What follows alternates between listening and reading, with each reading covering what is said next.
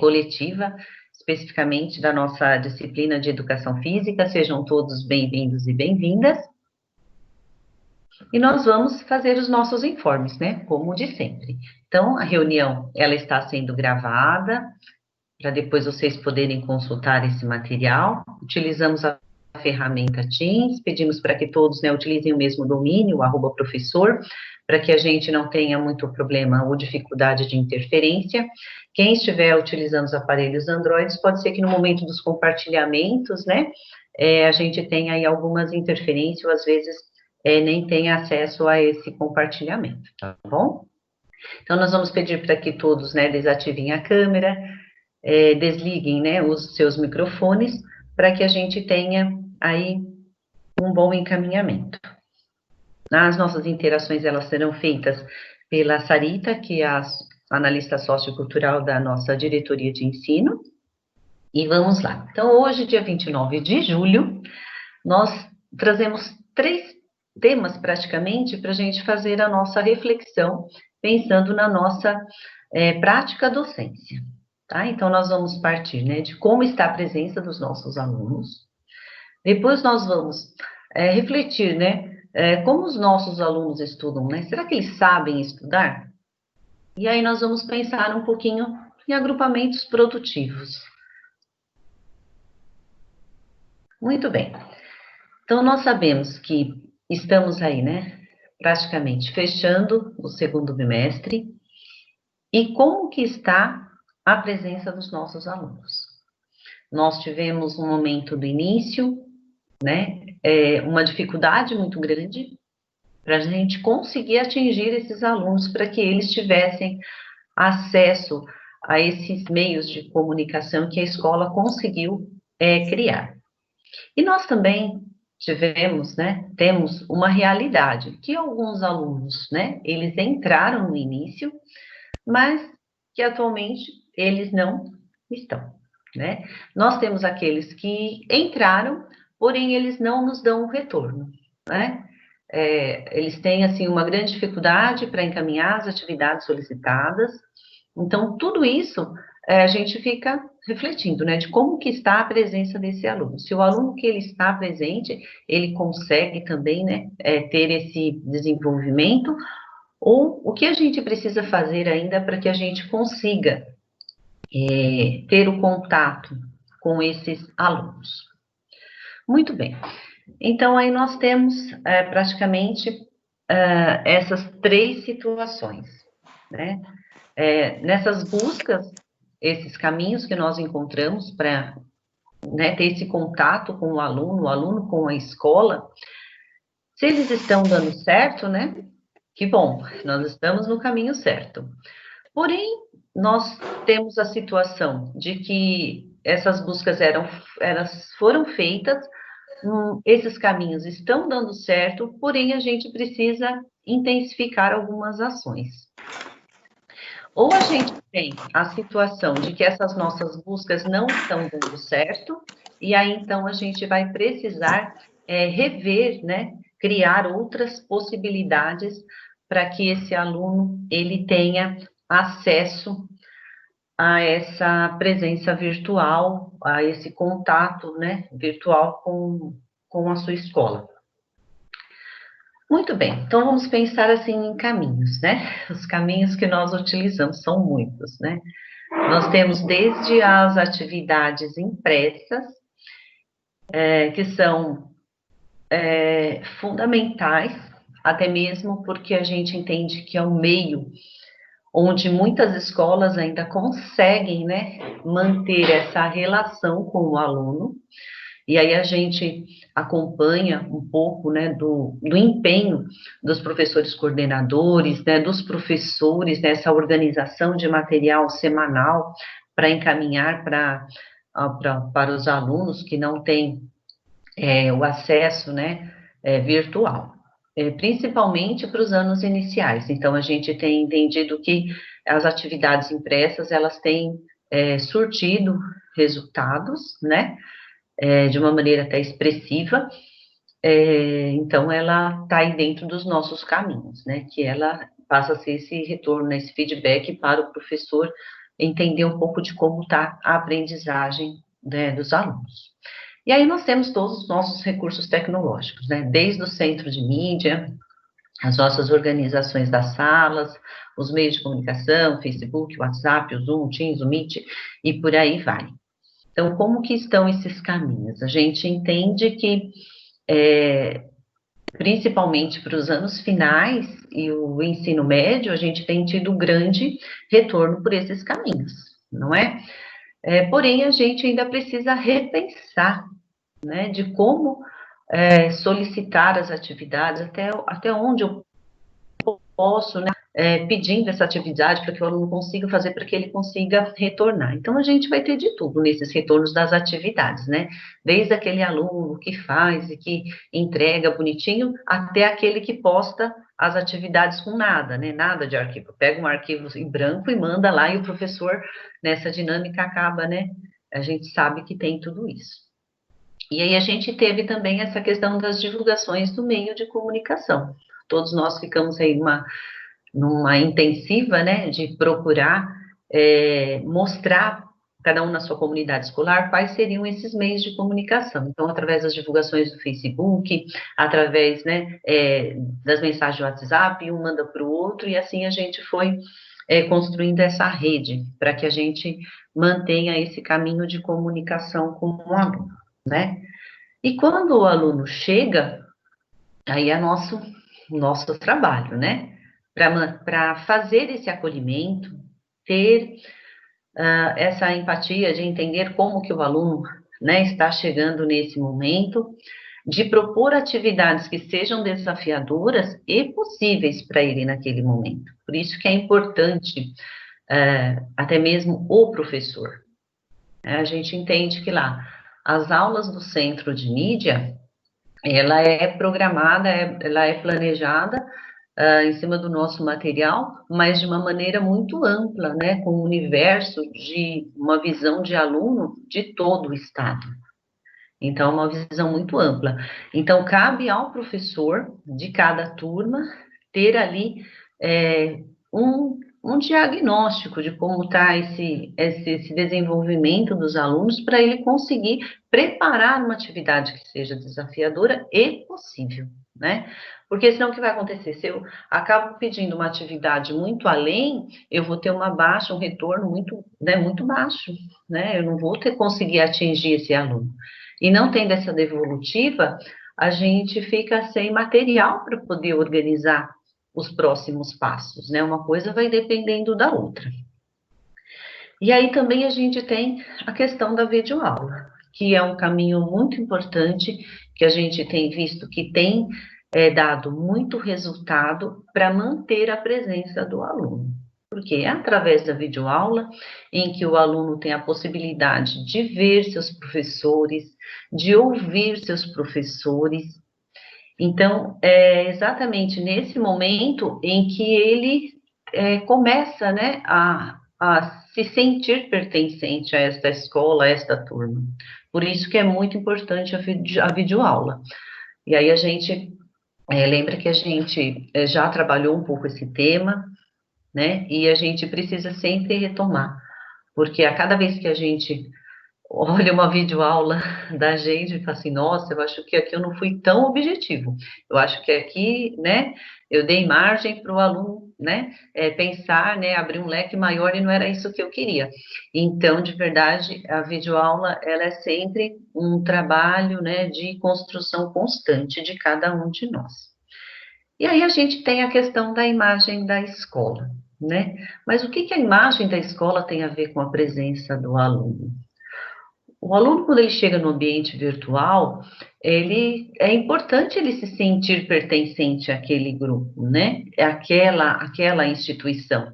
Então, de repente, pensar numa atividade onde tem uma imagem da escola, desperta ali no aluno, né? A vontade de querer falar, desperta, né? Remete às lembranças daquilo que ele viveu ali naquele espaço escolar. Então, isso é muito importante, né? E se a gente tiver algumas imagens, né, da turma, em algum momento ali da escola, mesmo que seja do ano passado, colocar em alguma atividade, porque isso traz, né, emoção, a gente mexe com a emoção do aluno. Então, isso vai dar muito mais segurança para ele estar mais presente nas nossas aulas. E tem um tópico que eu entendo que seja talvez um dos mais difíceis. Por quê? Os outros a gente vai construindo né, e a gente consegue vendo resultados. Agora, ouvir o aluno é bem difícil. Por quê? Porque todos nós estamos passando por um período que exige muito de todos nós.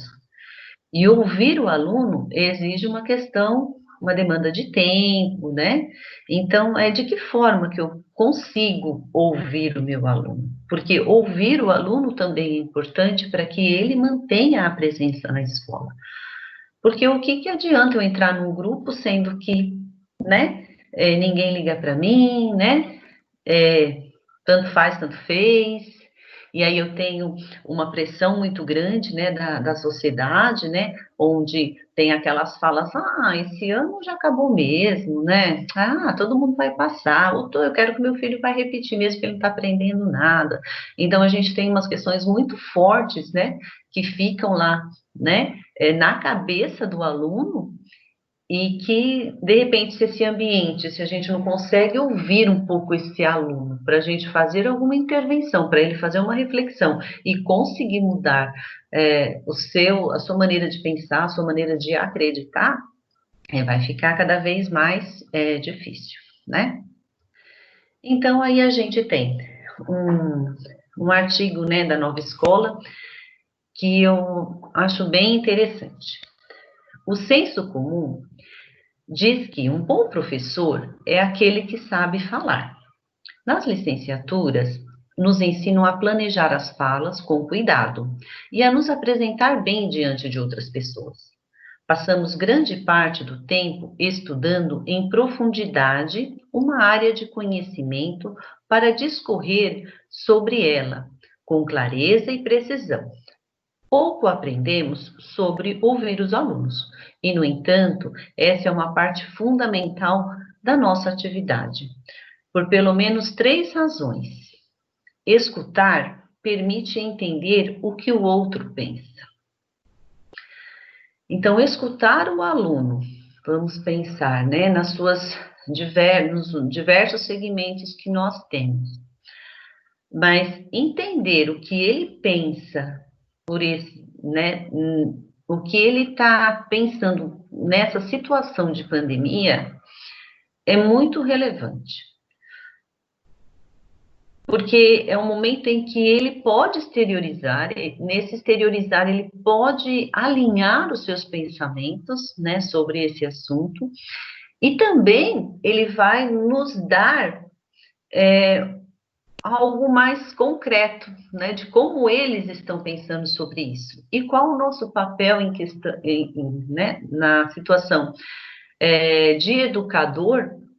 O que nós podemos promover de aprendizagem neste momento? Então, escutar é muito importante, né? E nós temos aí o segundo item, que a escuta atenta é um dos poucos instrumentos disponíveis para avaliar se o que estamos propondo faz sentido para a turma ou não.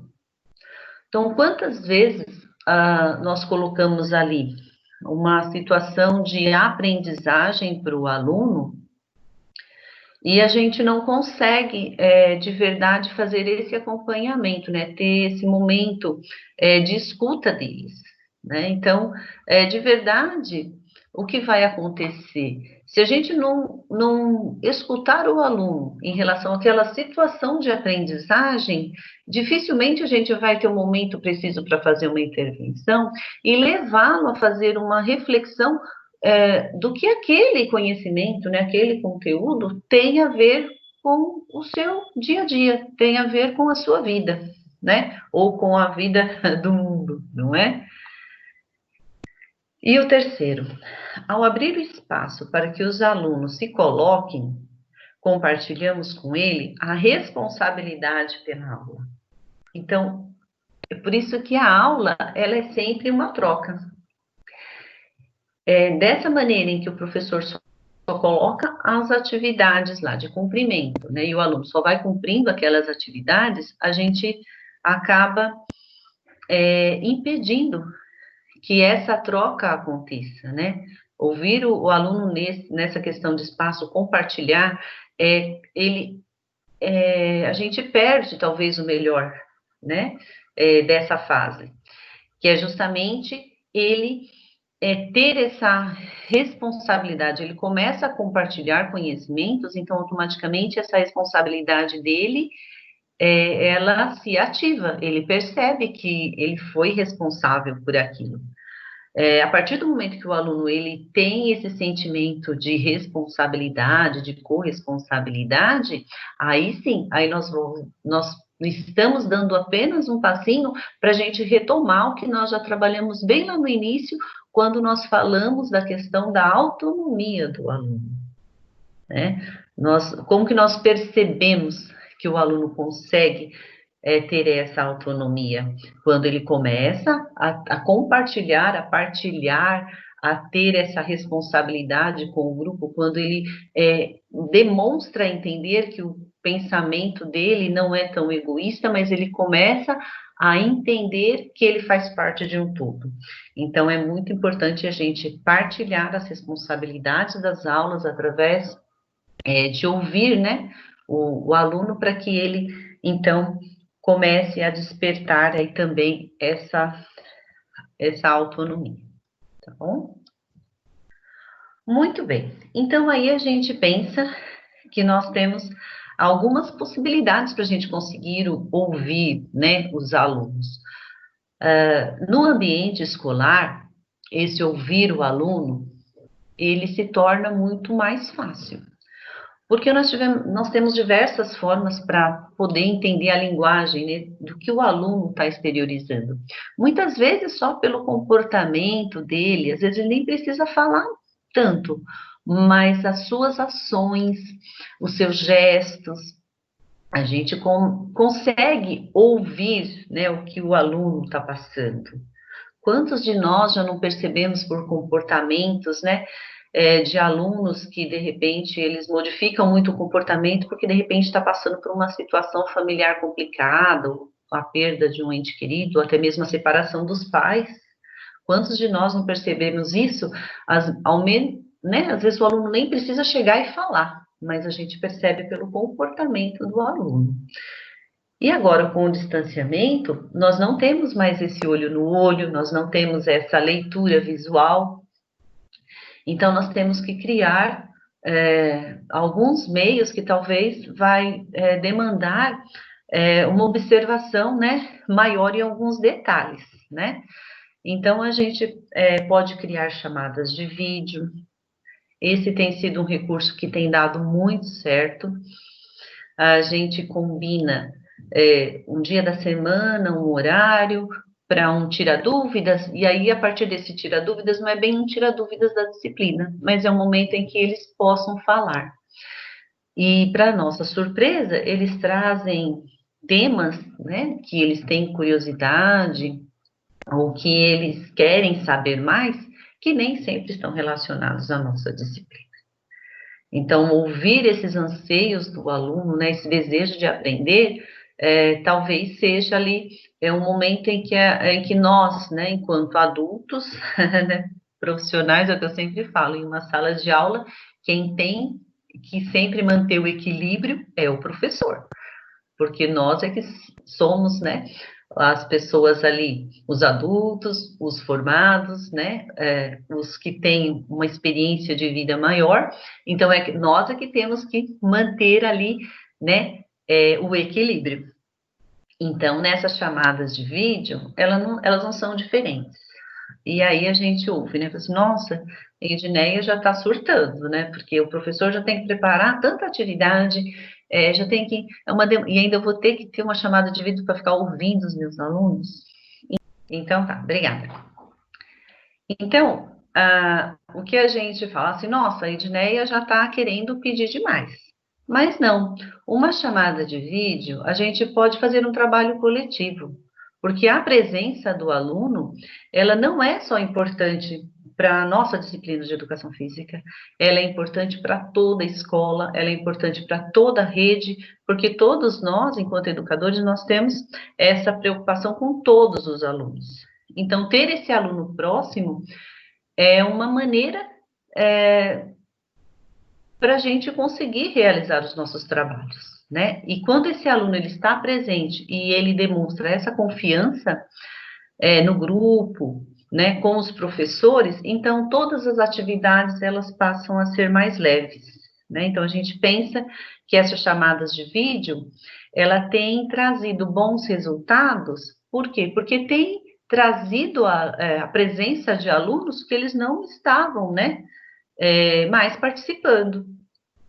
E por isso que a chamada de vídeo é um momento em que a gente tem para ouvir até mesmo o aluno. Não chegar e já perguntar, por que você não entrou? Por que você anexou um arquivo em branco? Não, mas dar oportunidade para o jovem também se expressar, né? De colocar talvez situações. É importante a gente ouvir o que é da vida pessoal também, né? Que é o momento em que eles querem desabafar. E isso é muito importante, mas a gente também tem que ter o cuidado. Lembra que eu falei que nós somos os profissionais, nós somos os adultos, então nós temos tem que ter esse equilíbrio emocional também, porque o que os alunos trazem também é uma carga muito pesada do que eles estão vivendo, né? Nós temos alunos que perderam os avós, que perderam tios, que perderam irmãos, que perderam pai, que perderam mãe. Então, trabalhar com esses sentimentos, com essas emoções, é muito difícil para a gente. Por isso que a gente precisa partilhar com o grupo, né? A gente precisa, nas nossas ATPCs, nas escolas, precisa entender quais os caminhos que estão sendo eficazes, quais as possibilidades, né? O que mais nós podemos fazer e fazer de uma maneira coletiva. Porque nada adianta eu, de educação física, conseguir entender o que está acontecendo com os alunos e os outros professores não terem, né, essa mesma visão. O nosso trabalho, ele sempre deve ser coletivo. Por isso que a gente até vê em algumas escolas, os alunos entregam algumas atividades de alguns professores e de outros professores eles não entregam, tá? Então, os alunos têm que entender, têm que perceber essa sintonia coletiva, tá bom? E a gente sabe que também pode ser um momento em que a gente tem somente os áudios, né? De repente o aluno, né, pode abrir um espaço para eles, de repente um tema gerador, e eles colocarem ali um pequeno áudio, né? Da opinião deles, e aí através desses áudios a gente consegue entender o que um pouco, né, essa situação do aluno e conseguir fazer alguma intervenção coletiva que possa, né, beneficiar também esse aluno. E nós também temos outras possibilidades de ouvir, né, através de poesias, de poemas, de cartas, de relatos, que podem ser mandadas, né, por e-mail, para não sobrecarregar muito, né, os nossos arquivos, que são ferramentas onde os alunos a gente pode passar a descobrir novos talentos, né? E eles se sintam mais aliviados. Mas também, assim, gente, ó, o que é fundamental é sempre a gente dar uma devolutiva. É sempre a gente abrir, né, esse espaço de diálogo com o aluno. Então, de qualquer ferramenta, de qualquer maneira que eu possa ouvir um pouco mais o meu aluno, eu tenho que dar uma devolutiva, né? É importante ele saber que ele está sendo ouvido, né? Não taxar exatamente a nossa opinião, que nem sempre não é isso que vai auxiliar o aluno, mas de repente sugerir, né? Até mesmo algum vídeo de sensibilização que eles possam assistir e possam repensar, né? Em algumas situações ou ali do conteúdo, ou de uma outra, né, de um outro conteúdo que seja relevante mediante se ouvir o aluno, mas enfim. Então é isso, né?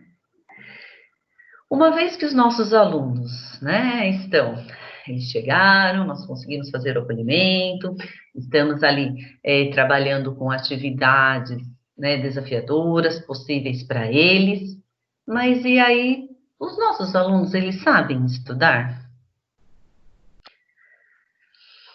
E quem ensina a gente a estudar?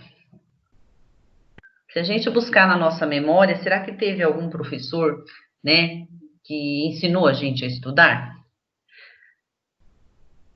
Porque a gente não nasce sabendo tudo, né? A gente talvez nasce sabendo que é preciso chorar, né, para ser atendido, mas por instintos, mas saber estudar, né? Quem que te ensinou a estudar? É uma boa pergunta. Então é isso que nós vamos ver agora. Então agora vocês vão buscar na memória de vocês aí se estudar é importante. Por que que é importante estudar? Então as respostas é somente pelo chat, tá bom? Então vamos lá no chat, vão respondendo. Estudar é importante, porque vou dar aí alguns minutinhos para vocês e colocando no chat. E a Sarita, depois, Sarita, você consegue me ajudar? Sim, Edneia, eu vou lendo para você as respostas deles. Porque a máquina tá tão parada hoje que eu tenho até medo de parar Não, sem problemas, eu vou esse falando para você. compartilhamento.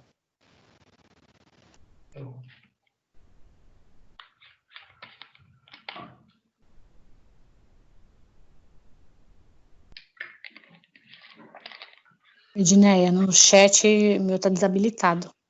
Não consigo escrever. Ah, deve ser o Android, né? Aham.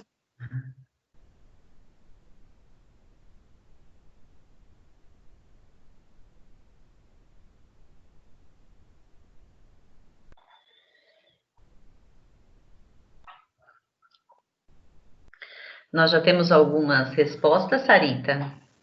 Temos. Vou ler aqui algumas para você. Tá bom. A professora Angélica diz que é importante buscar novas formas de aprender. A professora Bruna Goulart, porque ajuda a pessoa a conhecer uma realidade diferente e ter uma ampla visão de fatos e opções. O professor Maurício Zanelli coloca que há necessidade. Professor Eduardo, com estudo a vida já é difícil, imagina sem. E o professor Wagner, estudar é importante para adquirir conhecimentos. Aqui está Zabel, não sei se é sobrenome, apelido. É Tiago Zabel, tá. é sobrenome. Certo. Ele coloca que diversifica nosso ponto de vista. Professor Gustavo, estudar cria uma rotina de aprendizagem. Professora Evelyn, é importante porque amplia nossos horizontes e cria novas oportunidades. A professora Fernanda Araújo, estudar é importante para alçar outras possibilidades na vida pessoal e profissional. Minha mãe ensinou-me a ter uma rotina de estudos em um local e horário organizado. Isso foi reforçado pelos professores ao longo da vida escolar. Deixa eu ver se tem mais alguma aqui.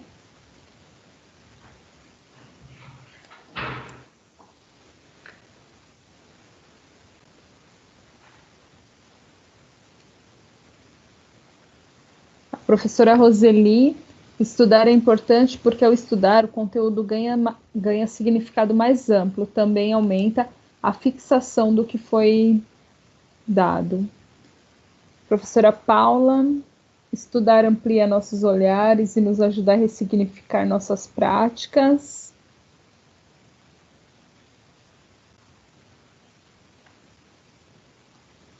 A professora Maria de Lourdes fala sobre o incentivo da família e ter referências. Professora Elaine Cristina, estudar desenvolve o senso crítico, o conhecimento, desenvolve o gosto pela leitura e pela pesquisa e nos ajuda a ampliar nossos conhecimentos. Tem bastante gente aqui colocando, mas basicamente é isso, o pessoal está falando sobre ampliação do conhecimento, a fixação daquilo que foi aprendido em sala, né? Isso. Que legal.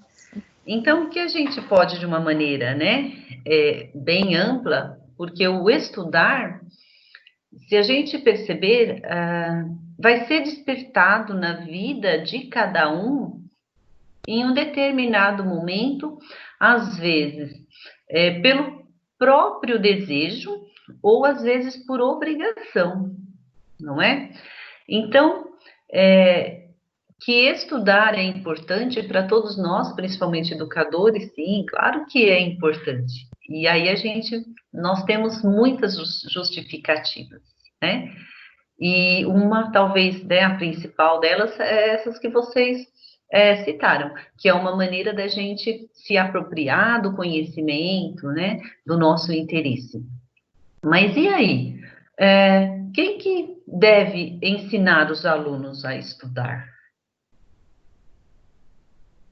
Na escola, os professores? Quais professores? Quais disciplinas, né? Ou como nós tivemos o exemplo da professora, né, que a mãe já desde cedo colocou uma rotina, não é? E aí ela já, desde pequena, ela já conseguiu se organizar. Olha que prazer, olha que sabedoria, não é?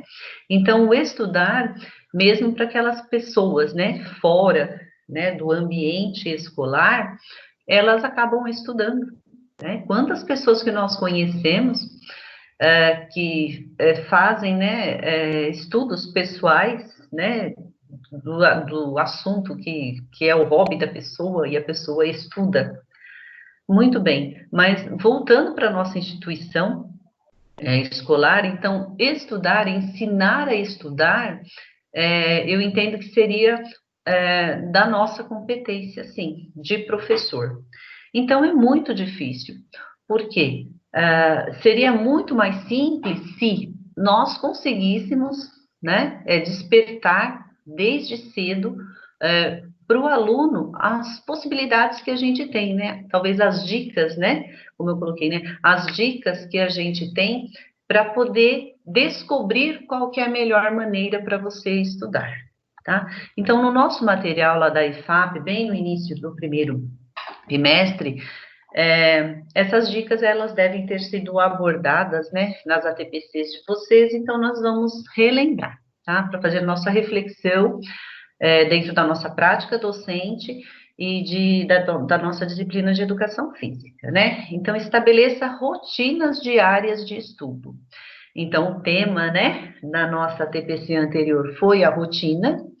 Então, estabelecer rotina, ela traz o quê? A segurança para o aluno de como as coisas vão acontecer.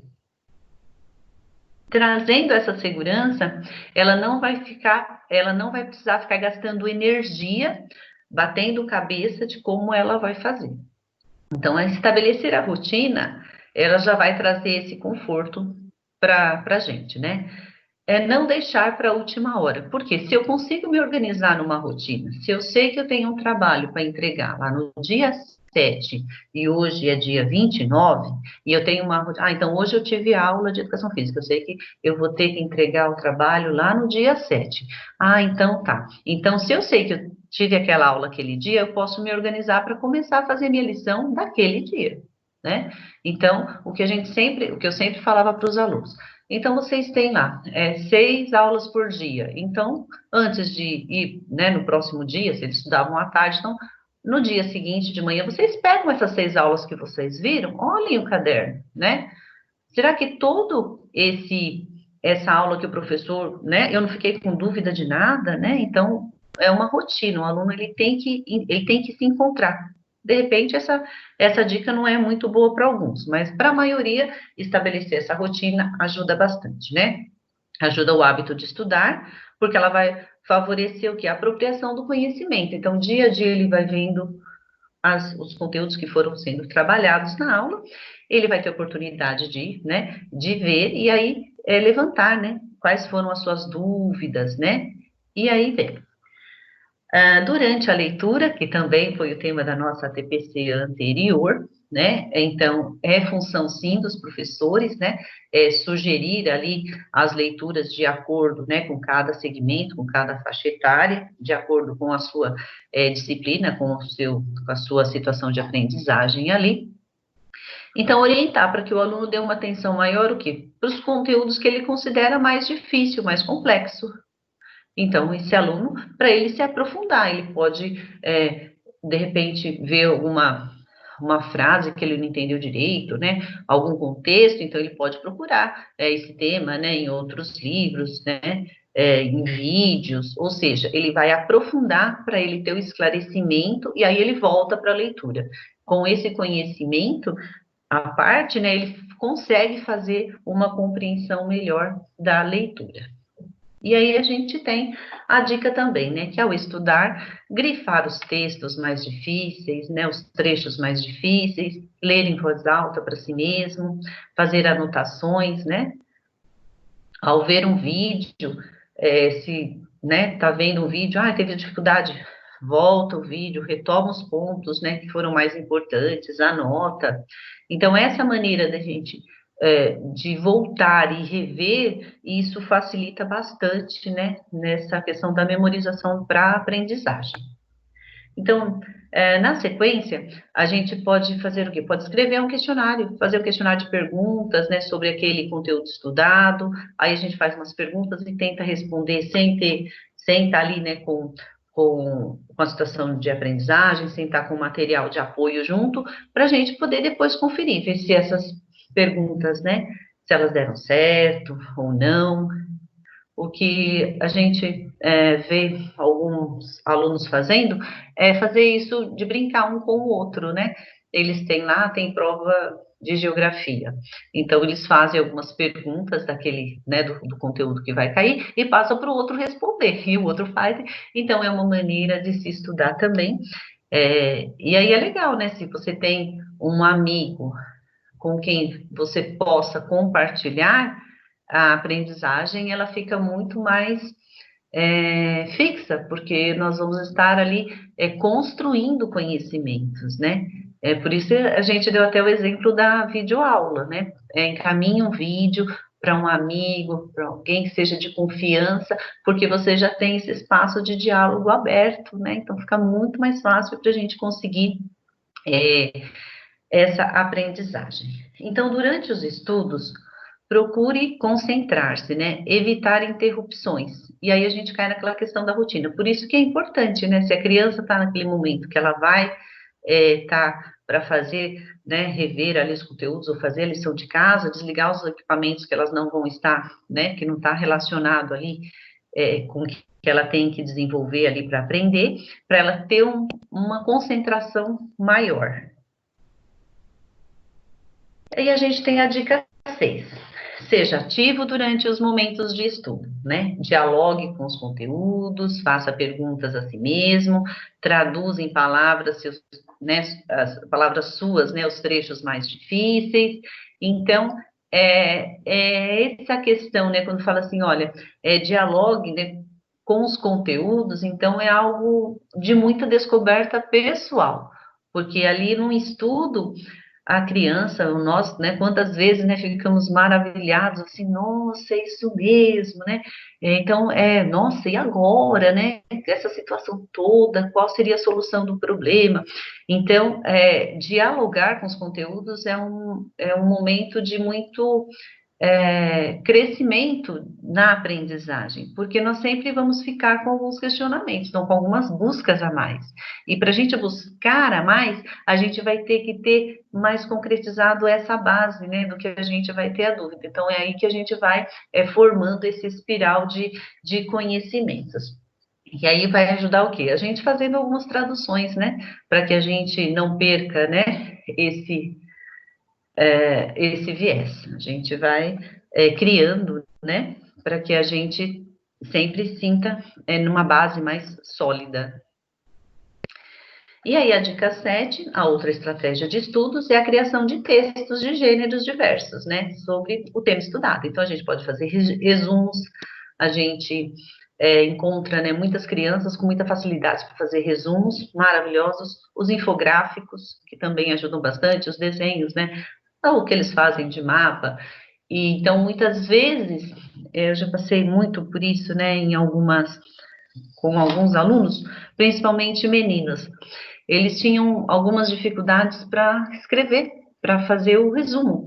Mas quando você pedia de uma outra forma, eles conseguiam desenhar, criar. Então, você percebe que a maneira de estudar, né, a maneira de aprender é muito pessoal. Então, cada um tem que se encontrar dentro da sua maneira, né? O importante é isso. Então, o estudar, ele não é decorar. Os conteúdos estudados, eles precisam ser relacionados com os fatos concretos do cotidiano. Se nós não conseguimos fazer essas relações, o que acontece? Isso que a gente vê com muitos alunos, né? Eles não conseguem relacionar, não conseguem dar sentido, significado, e aí, o professor passou uma atividade nada a ver, né? Porque ele não conseguiu. E aí a gente precisa rever. Por isso que é importante ouvir o aluno, né? Dessa atividade, né? Eu percebi que vocês deram um pouco de retorno. O que aconteceu? Professora, atividade nada a ver. Se é uma atividade nada a ver, por quê? Eu preciso repensar na minha comanda, como que eu elaborei aquela comanda, de repente aquela comanda não está clara, e elaborar uma comanda é muito difícil, a gente sabe disso, porque não é fácil. Você elaborar ali o que você quer objetivamente demanda um desgaste cognitivo muito grande do professor, porque a gente encontra muito, né, com os alunos e a gente percebe isso, eles não conseguem entender, ou às vezes, né, o professor dá uma comanda e aí depois ele complementa essa comanda, né, e aí o aluno fica assim, não, para fazer dessa forma, mas o professor falou que eu posso fazer da outra, mas não está escrito aqui que você pode fazer da outra. Então, é muito importante a questão da comanda, para que o aluno não se pegue nisso no decorar, né? É importante que a comanda, ela desperte essa questão do aluno conseguir relacionar o conteúdo, né? O conhecimento com o seu dia a dia, para que ele dê um sentido, um significado, né? Para que isso se aproprie em questão de aprendizagem. E aí a gente tem um exemplo, né, de uma fórmula de química, de repente, ele relacionar com o rótulo, né, do refrigerante preferido dele. Porque toda vez que ele olhar o refrigerante, ele vai se lembrar daquela aula, né, de química, né, que ele conseguiu relacionar a fórmula de química com a do refrigerante. Então, é uma maneira dele firmar, né, concretizar ali a aprendizagem sem precisar ficar decorando. E aí a gente tem, né, a dica 9, que ao refletir sobre as estratégias acima, que nós temos muitas, né, ela poderá selecionar aquelas que você poderá selecionar aquelas que você considera mais eficaz para o seu processo pessoal de aprendizagem e usá-las sempre que precisar. Nossa, bacana!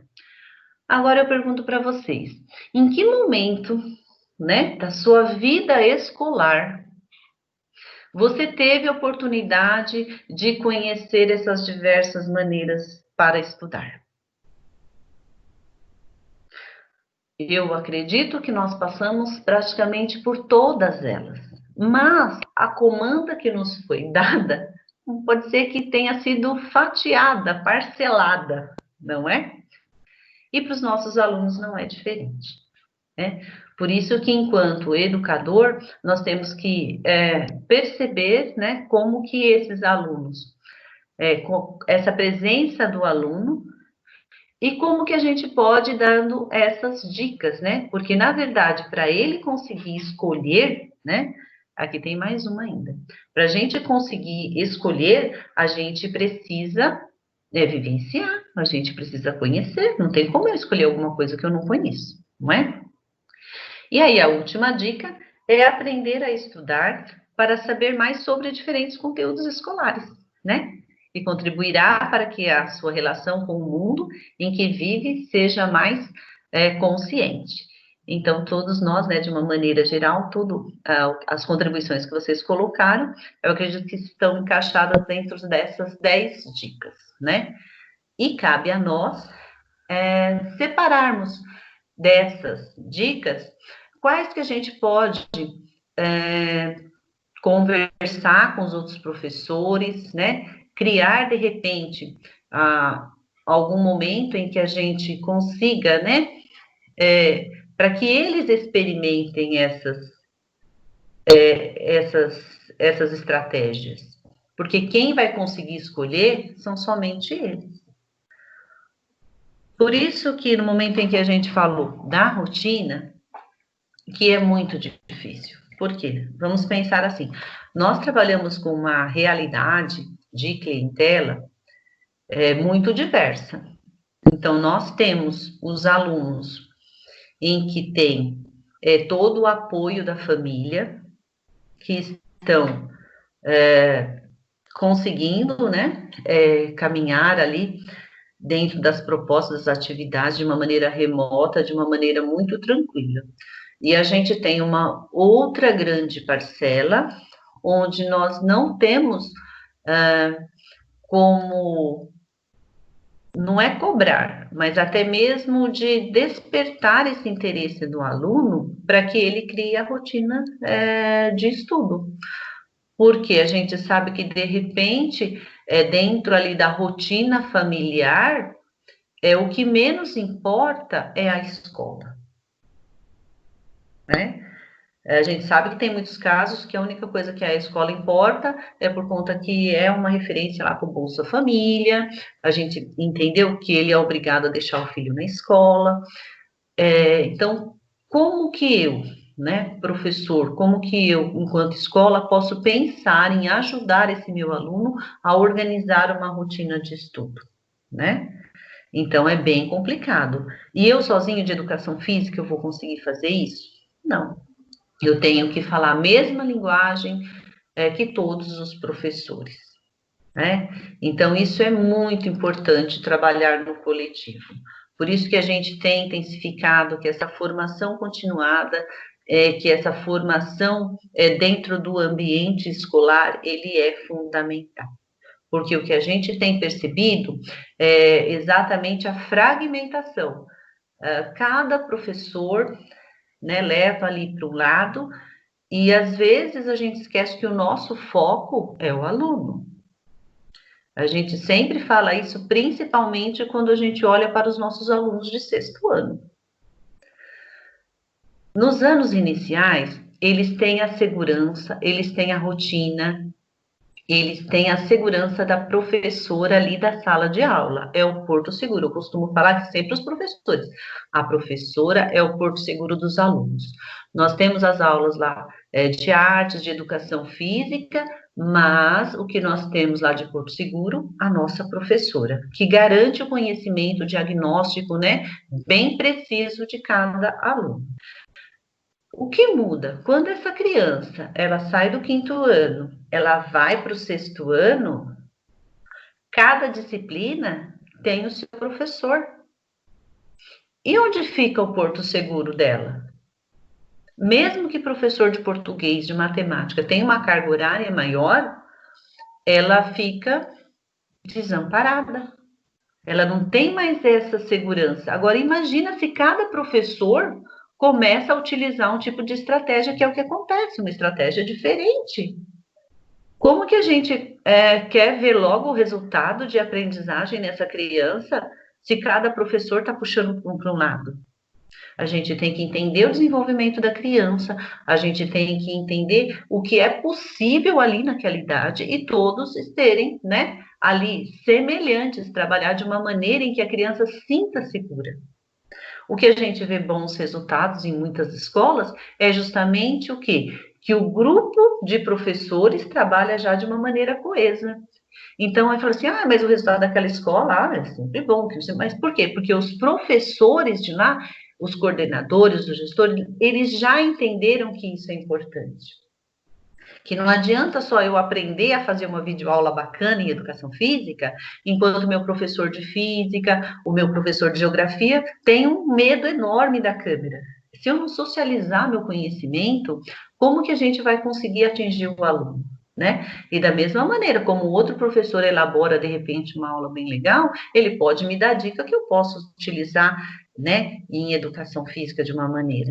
Né? Agora, imagina para vocês se a gente está assim, ó, vai ser surpresa, se fala assim, olha, eu descobri que tem um aluno, né, que ele escreve poemas brilhantemente, então ele se expressa através dos poemas, né? Nossa, quem descobriu isso? Foi o professor de português? Não, foi o professor de educação física. Nossa, e todo mundo vai estranhar. Mas não é isso, é porque cada um tem que dar oportunidade para o aluno. Independente da disciplina, o nosso foco tem que ser o aluno. Então, cabe a nós repensar nesse momento em que o aluno, né, ele está chegando na escola, que eu acredito que esse segundo bimestre os nossos índices, né, tenha melhorado um pouquinho, não é?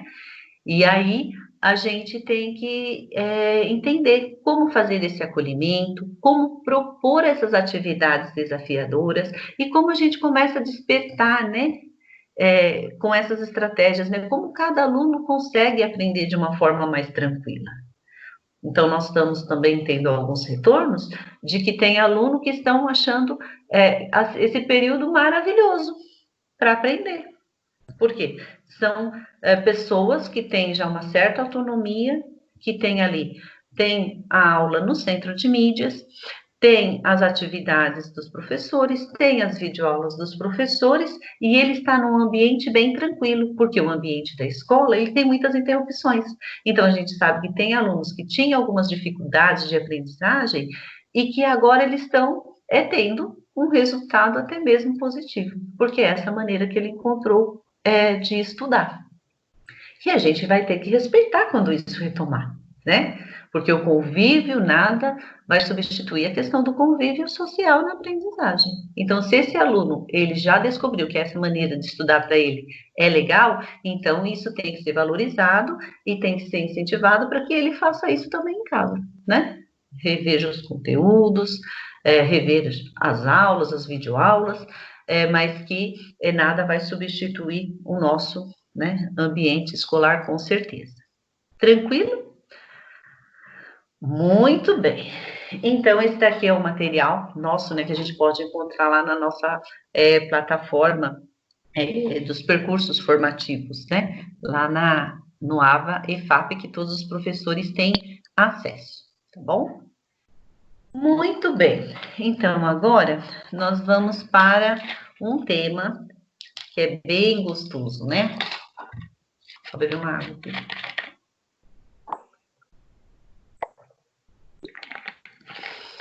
Quando nós falamos de agrupamentos produtivos, nossa, vem um turbilhão na cabeça da gente, né? Por quê? Em educação física, de uma maneira muito prática, nós já fazemos esses agrupamentos produtivos, né? O que são esses agrupamentos produtivos? São aqueles agrupamentos em que nós colocamos alunos que já têm um certo conhecimento com alunos que têm um conhecimento mais próximo, né? E aí eles conseguem construir, né, algo junto. Então, nós fazemos esses agrupamentos produtivos desde o momento em que a gente começa a separá-los, né, para fazer uma determinada iniciação esportiva, né? Então, por exemplo, vamos começar lá uma atividade de handball, e aí a gente já percebeu, né, já fez o diagnóstico, já sabe alguns alunos que têm algumas facilidades, já tem um conhecimento, então a gente pega esses alunos, de repente, para escolher, né, alguns times, para poder dar uma equilibrada nos times, né, porque se eu pegar só aqueles que já sabem colocar no único time, e aqueles que têm bastante dificuldade em outro time, eu não vou conseguir ter um jogo onde todos possam, né, aprender de verdade, né, ser um jogo de desafio, né. Então, esses agrupamentos produtivos, a gente pensa exatamente dessa maneira, né? Onde todos os alunos possam ser beneficiados. onde eles possam unir os conhecimentos distintos, né, estimular para que eles defendam, né, o ponto de vista deles, isso é muito importante, e também eles podem ter a diversidade dos diferentes níveis de conhecimento. Os agrupamentos produtivos, eles têm uma demanda que a gente precisa sempre considerar. Sempre a gente tem que levar em consideração os princípios pedagógicos, né? A gente tem que levar em consideração os conhecimentos prévios, por isso que é muito importante a gente ter o diagnóstico da turma, com muita clareza. A gente fala em fazer diagnóstico, não é perca de tempo, é algo que demanda ali atividades que precisam, né, ser bem elaboradas para que realmente a gente consiga fazer ali o perfil da sala. E aí eu pergunto para vocês, adianta cada professor fazer o seu agrupamento produtivo? É uma estratégia, é uma saída. Mas e se a gente pensar de uma maneira coletiva, né, junto com os professores das outras disciplinas? Será que a gente não conseguiria organizar a sala, né, em agrupamentos produtivos para determinadas disciplinas? Quais seriam os benefícios, né? Se a gente perceber que os alunos, eles podem começar a ter mais confiança naquele grupinho, né? Eles podem ter mais a participação, eles podem compartilhar mais conhecimentos, né? Mesmo que seja de uma maneira temporária. Falar assim, olha, nós vamos fazer, sei lá, 2 semanas nós vamos trabalhar com agrupamentos produtivos e pensar nas atividades que sejam de verdade com esse foco. E aí, no nosso agrupamento produtivo também, a gente tem que considerar uma problematização. Porque não adianta reunir um grupo se eles não vão ter ali minimamente, né, um tema para eles conseguirem ali uma conversa, algo que seja comum para eles, né, uma situação problema que eles possam colocar, né, as possíveis soluções, né, o que eles acham de soluções e aí construir esse conhecimento. Tem que estar contextualizado, né? Não adianta eu colocar uma situação, problema de algo que seja muito distante, né? Algo que não seja ali do convívio dele, que ele não consiga, né? Relacionar, fica muito perdido.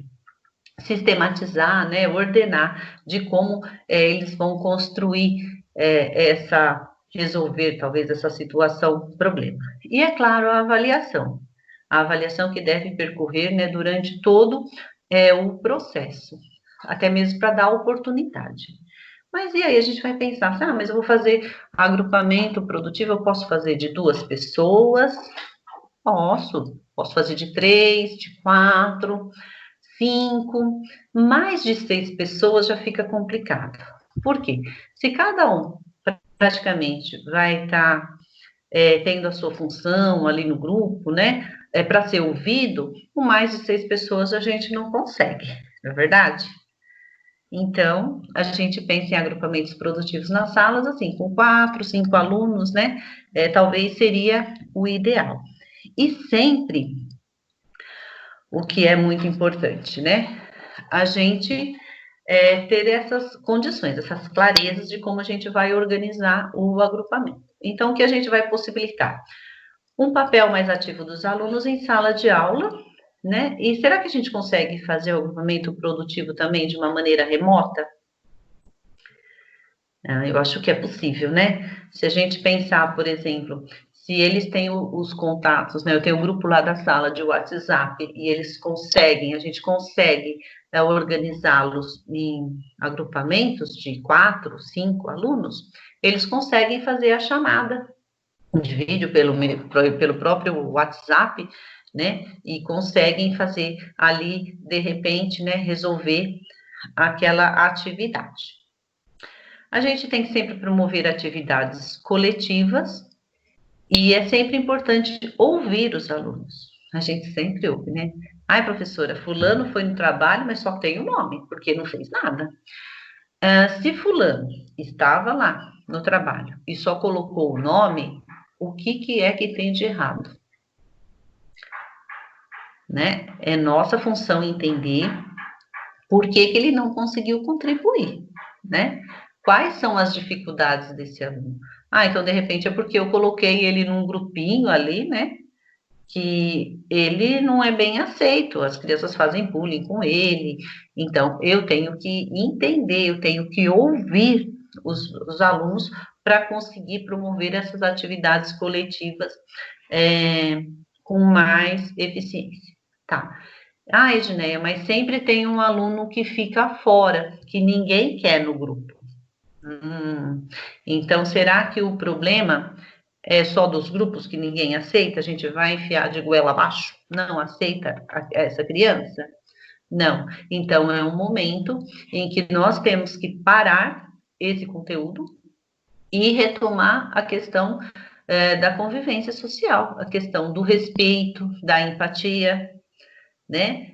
Não é colocar uma exposição do aluno, mas é trazer atividades para a sala onde eles possam refletir, onde eles possam se ver e conseguir ver o outro, né? Para a gente conseguir essa aceitação. Fomentar um ambiente mais dialógico, né? Promover ali questões onde eles tenham que, às vezes, polêmicas, onde eles tenham que falar bastante mesmo, né? E se encontrar ali para resolver o problema. E também os agrupamentos produtivos, eles contribuem muito para a construção da autonomia. Nossa, mais um item para a gente poder desafiar os nossos alunos, porque não é autonomia que a gente quer dos nossos alunos. Ou será que é só aquele aluno que sempre toma frente, sempre faz tudo, né? No grupo, não. Então, a gente tem que ir procurando fortalecer esse grupo produtivo, mas daí um tempo a gente vai reorganizar esses grupos produtivos, né?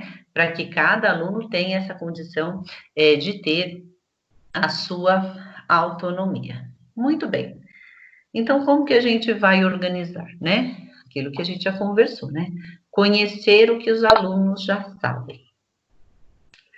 Só aqui, gente, a gente poderia ficar horas e horas pensando em atividades para a gente chegar nesse ponto, né? Saber um pouquinho do que os alunos sabem. E a partir daí, permitir a circulação de informações. A gente não tem como negar conhecimento para o aluno. Então, de repente, dentro daquele tema, o aluno traz uma outra informação que pode até caber. Então, a gente tem que, de repente, não seja o foco, mas cabe ali dentro da discussão. Então, a gente tem que permitir essas circulações de informações.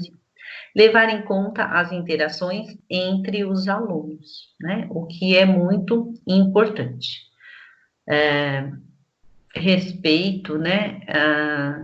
Até mesmo colocar nas atividades momento em que cada um possa dar realmente a sua contribuição. O que eu tenho visto, né, muito, é aquela questão que os professores falam assim, não, fazem o trabalho em grupo. E aí o que eles fazem? Cada um pega uma parte do trabalho, resume em tópico, aí manda para um que coloca tudo no PPT e aí apresentam o trabalho, né? E essas interações entre os alunos, que é a riqueza, na verdade, né, do trabalho, né, coletivo ali, ele acaba se perdendo, porque eles querem o quê? Cumprir, né? Cumprir o que é para ser feito. Ah, é para ser feito um trabalho, tá? Até mês, tá? Ah, ou senão um fala assim, ah, não, pode deixar que eu faço e tal, todo mundo coloca o nome. Não. A gente tem que estar sempre atento para que tenha essa interação, para que todos tenham essa oportunidade, tá bom? E agora, assim, a gente já sabe que agrupamentos produtivos seriam ótimo se a gente pudesse fazer até 6 pessoas, só que a gente vai fazer uma loucura. Nós vamos dividir vocês por segmentos, tá bom? Então, vocês serão divididos, né? Eu vou passar o link pelo WhatsApp. que vocês vão entrar. Os professores que se sentirem mais confortáveis, né, se identificam com os anos iniciais, tem mais aulas nos anos iniciais, vai entrar no link dos anos iniciais. Quem tiver mais anos finais, se identifica com anos finais, entra nos anos finais. Quem se identifica com o ensino médio, vai lá para o ensino médio. A pergunta é base para todos, tá? Terem a oportunidade de conversar um pouco, tá bom? Então, são essas 3 perguntas, né? Como está a presença dos alunos nesse segundo bimestre, né? Como nós estudamos, né? Aquelas estratégias, daquelas dicas, né? Como que eu estudo? Como que para mim funciona estudar para vocês, professores, né? Para você, professor. E quais as vantagens de se trabalhar com agrupamentos, tá bom? Então, vou parar minha apresentação e vou passar para vocês. Quando vocês chegarem, o que nós vamos fazer? Vocês vão ter 30 minutinhos. Daqui a pouquinho, vocês vão sair desse grupo, tá? Vocês vão entrar no outro grupo e vocês vão ser acolhidos por professoras, minhas parceiras, tá? Então, quem entrar nos anos iniciais, vocês terão lá a professora Geórgia e a professora Raquel, tá? Para ajudar a fazer a mediação aí dessas questões, tá? Nos finais, nós vamos ter... Eu vou colocar para vocês lá no grupo do WhatsApp os links, tá bom? Então, nos anos finais, vocês vão ser recebidos pela professora Débora, que vocês já conhecem do Judô, e pela professora Bruna Oliveira, tá bom? E no ensino médio, vocês vão ser recepcionados, vão estar com a professora Angélica.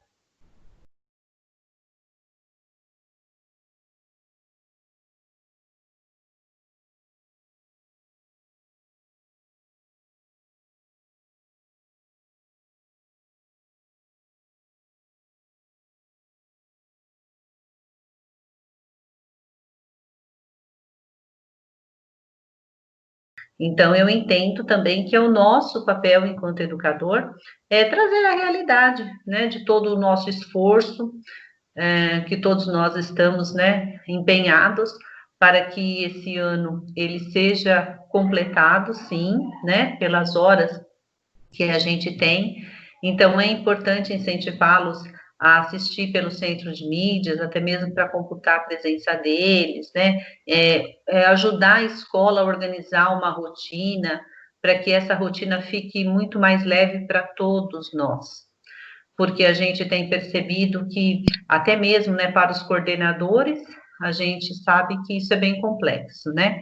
Nem sempre o que a gente coloca na rotina a gente consegue cumprir, mas a gente precisa cumprir ao máximo, porque o que a gente tem visto que nas semanas que chega, né, para encerrar o bimestre, onde a gente tem as nossas ATPCs, muitos professores estão fazendo o conselho de classe, estão querendo fechar nota, e aí deixa de dar presença, né, para a formação. Então, a gente tem que respeitar a rotina, a gente tem que procurar manter essa rotina, justamente que são aquelas dicas de estratégia, lembra? Que é para a gente não ficar no desespero, não deixar tudo para a última hora. E algo que será emergencial será buscarmos, né, essa socialização de atividades exitosas, principalmente para o ensino médio. Então, a gente tem visto que as reuniões com os pais têm surtido efeito, que essas atividades, né, através de formulário, ela tem dado um retorno maior, que essas aulas, né, de interação, elas têm trazido mais presença de alunos. Então, esse será o nosso foco, né? Investir em ações que estão dando certo, vamos compartilhar o que está dando certo, e também, olha, eu fiz isso e não deu certo, né? Por que isso não deu certo, né? Porque não está né, no nível de entendimento ali, né, de interesse, não é nem de entendimento, mas é de interesse do aluno, nessa situação em que estamos vivendo. Então, é isso, professores, acredito que alguém mais gostaria de dar mais alguma contribuição? Então, muito bem, professores, eu agradeço a participação de vocês, em vocês terem, né, topado fazer esse agrupamento gigantesco, essa nossa experiência, porque eu acredito que é assim que nós vamos aprendendo, né?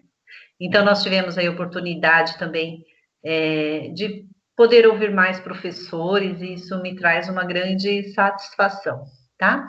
Então, aqui é o meu agradecimento pela mediação, né, da Sarita, nossa analista sociocultural, a das professoras Angélica Oliveira, Bruna Oliveira, Débora Nascimento, a Georgia Fernandes e a Raquel Martins, que, né, foi um super apoio aí para que a gente conseguisse ter esse momento. A todos vocês, né, que participaram com a presença virtual, que participaram do chat, que participaram dos grupos. Então, fica aqui o meu agradecimento e estamos, né, sempre aí buscando soluções para que a gente tenha sempre esse sentimento, né? Primeiro que nós não estamos sozinhos, né? Que nós somos uma equipe, nós sempre estamos juntos e que é muito gratificante, né? Tê-los, né? Nos fortalecendo a cada dia. Então, a nossa esperança é de que a gente possa cumprir aí, né, a nossa missão. E lendo aqui alguns artigos, eu acabei encontrando aqui uma frase meio reformulada que eu acredito que seja muito bacana, né?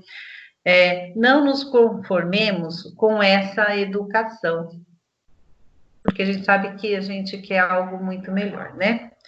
Mas vamos transformar, vamos renovar essa nossa maneira de pensar, né, de julgar, para que possamos distinguir o que é bom, né, o que agrega, o que acrescenta, e a partir daí a gente ter renovado, né, essa questão das nossas esperanças, das nossas emoções, de que nós estamos caminhando, estamos no caminho certo, e que isso nos fortaleça, tá bom?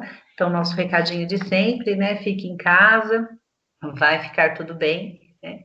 E assim a gente espera, e que tenhamos aí mais um término de semana com bastante saúde e tudo de bom para cada um de vocês, tá bom?